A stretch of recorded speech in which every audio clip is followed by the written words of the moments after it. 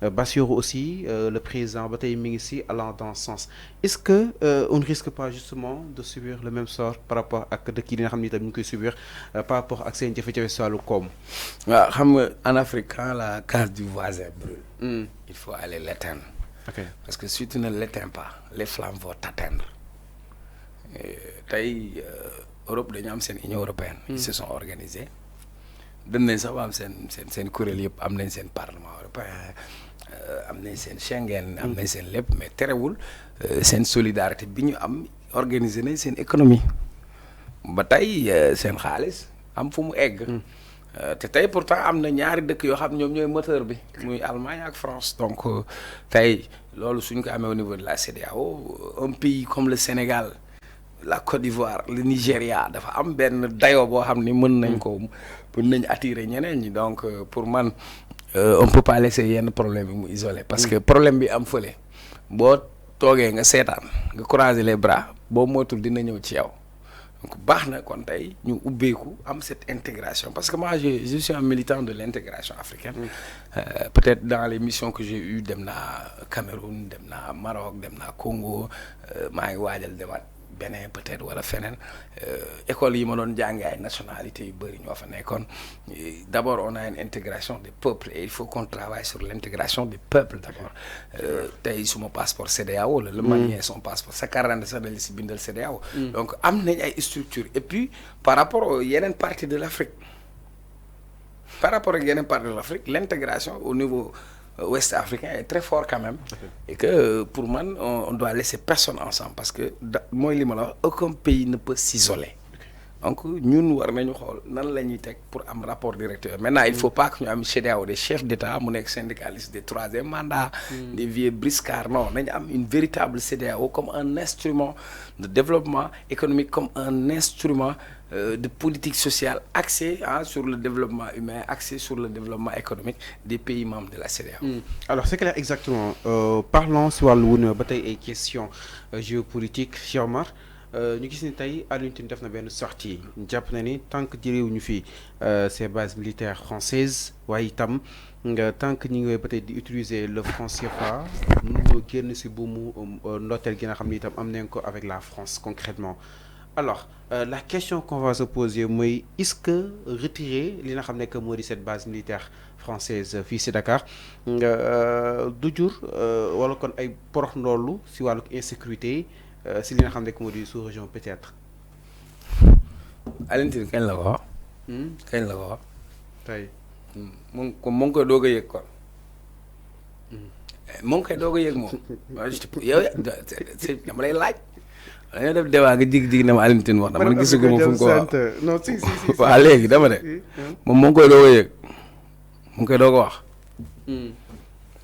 pour man c'est un débat qui est là et que déjà Ousmane Sonko en recevant Mélenchon avait parlé de ça moi j'avais même dansé parce que gëwuma ko je suis pas fier romb ñu bindal ma élément français au Cap-Vert ñoom ñoo tuddee woon fii Cap-Vert sa élément français au Cap-Vert ak seen base militaire yi ñu am 23e piment et cetera pour man c'est une insulte mos naa la ko fi woyal Alpha Blondy mu ne armée française allez-vous-en de chez nous ne voulons plus d'indépendance sous haute surveillance votre présence militaire attaque notre souveraineté et bafoue notre dignité. On ne peut pas parler de souveraineté si on ne peut pas régler nos problèmes sécuritaires. Je crois que ça, c'est une question qu'il faudra mettre en œuvre. Et d'ailleurs, Ousmane Sonko wax na ko nëbbu ko te loolu la gëm te man it loolu laa gëm te ñun loolu la ñu gëmit ban insécurité Sénégal mënul gérer sécurité boppam bu fekkee Sénégal mënul gérer sécurité bi nañ tas état au Sénégal ñu dem ne France aca kaay jël ñu. mais la France quoi. sécurité am dafa dëgër quand même. sécurité am lan la dëgër. le fait que mu dessiné ba tey fii tu Sénégal. penses que France non la France n'est pas là pour la sécurité du Sénégal la France elle est là pour la sécurité de ses intérêts. Ce que vous n'avez pas compris quand la France a lancé son opération Serval au Mali. Ils ont utilisé le Sénégal comme base arrière pour pouvoir dem di def seen ay offensive La France dem na Djibouti am fa ay bases militaires. Tu penses que c'est pour régler les questions pour waa Djibouti? Non, c'est ses intérêts français lay défendre. C'est une insulte. Vous pensez que le Sénégal dina dem am base militaire biir France? Pour lan? La France c'est un petit pays comme ça. Il faut que ñu xool ces accords de défense qui lient le Sénégal et la France, qui lient la France aux Africains. mais pays bu am base nucléaire bu forte quand même. Base lan. nucléaire am yooyu yëpp ay nappaate la sëñ bi dama laa bëgg a wax ni nekkatuñu jamono bi fi déggool di ñëw xam nga naan vous voulez l'indépendance prenez-la non. ñun dépassé nañ loolu. sëñ bi question la da ngay toog ñu ne la retrait dafa war a am. Ce sont nos terres non. Est-ce que nous n'avons pas une armée? Avons-nous une armée oui ou non? si. Suñu armée du dem di déployer wu bitim réew di régler ay problème demal nga laaj Nigéria Sénégal bi ñu ñëwee Libéria. boo gis est-ce que laajul renforcement surtout. oui mais xam nga am na ay coopération. coopération yi. coopération du ñàkk. moi je travaille dans la coopération. damay liggéey ci wàllu coopération ak ay territoire français lu jëm ci wàllu coopération mais c'est une coopération boo xam ne ñoom ils y gagnent moi j'y gagne mais aujourd'hui c'est comme un nez sur un visage c'est apparent. La question monétaire, il faut qu'on en parle. La question militaire, il faut qu'on en parle. Okay. Ça ne doit pas être un sujet tabou. On va poser ça sur la table. On va régler ces questions. Il faut qu'on en parle parce que ce n'est pas l'affaire de Sonko ou de Diomaye. C'est l'affaire aujourd'hui des Africains qui s'assument. Voilà. Il faut qu'on prenne notre destin en main. Tu penses que Kadhafi dañ ko liquider nii rek pour liquider ko nii non. Parce que quand il a commencé à parler d'une armée africaine boo xam ne moom mooy régler ay questions boppam mais attends. yow français yi nekkuñu woon Mali. Burkina nag après Russie ñoo ñëw pour régler problème Centrafrique la France n'a pas été là-bas qu'est-ce qu'ils ont fait là-bas après ce sont les Russes qui viennent et puis man France ak Russe laa yemale pour man c'est des forces extérieures est-ce que yow chaque fois il faut que tu comptes ci ñeneen ñi. mais la Russie exactement. Russie keneen na ci boo Ousmane Sonko ne duñ fi seet peut-être pour jëlee France pour remplacer ak keneen. gis ngeen ñoon jàppee russe xaw see mer étant non amul jàppee Ousmane Sonko a parfait là je suis d'accord avec lui. duñ fi jëlee France indi fi keneen. non ma ne nekkuñu si ay remplacement dindi kii pour indi kële non dañu war a nekk ci mënal suñu bopp ba duñ soxla jéggaani maanaam ni ñuy dem di wuti ceeb bitim réew waruñu dem di wuti wàllu ci wàllu sécurité. Tu penses que France dafay ñëw pour gérer la sa sécurité yaa ngi nax sa bopp de Côte d'Ivoire kan nga ñoo dem jàpp Laurent Gbagbo ñen la c'est les Français là. ouais Ouattara ñan ñoo ko kii nu mu tudd Blaise Compaoré ñan ñoo ko rawale parce que dafa am lu mu signé woon ak français yi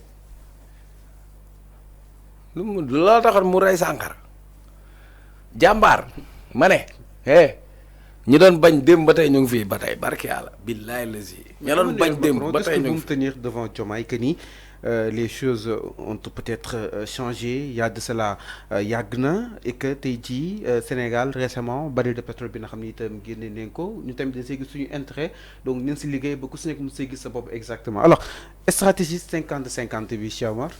non du ay 50-50 c'est-à-dire parfois les gens ils parlent xam nga yow tey am nga pétrole mais amoo moyen pour def exploration déjà wër bi ak exploitation bi donc ki nga xamante ni day ñëw dafay am un intérêt particulier nga am si un intérêt particulier mais fexeel ba yow bul salfaañe sa intérêt askan fexeel ba yow na nga sàmm sa intérêt askan je crois que ñi ils sont dans ce sillage beneen bi dañu nekk si positionnement tey dañuy crédible tey il faut que ñun ñu jouer les grands rôles parce que dañoo bokk léegi ci dëkk yi nga xamante ni am nañ lu ñu téye te ñeneen soxla nañ ko le Sénégal est un pays très prisé c'est un pays très prisé jeeg nag am na fooy toll yaay xam sa bopp loolu lambari de. xam looy jar waaw yaay xam looy jar li lawee bi naan peese nga sa bopp xam nga sa poids kaay tiitaru foofu la ñu war a toll waruñu daw ci ginnaaw kenn au contraire curseur bi dafa changé l'Europe aujourd'hui elle est vieillissante elle n'a pas de croissance.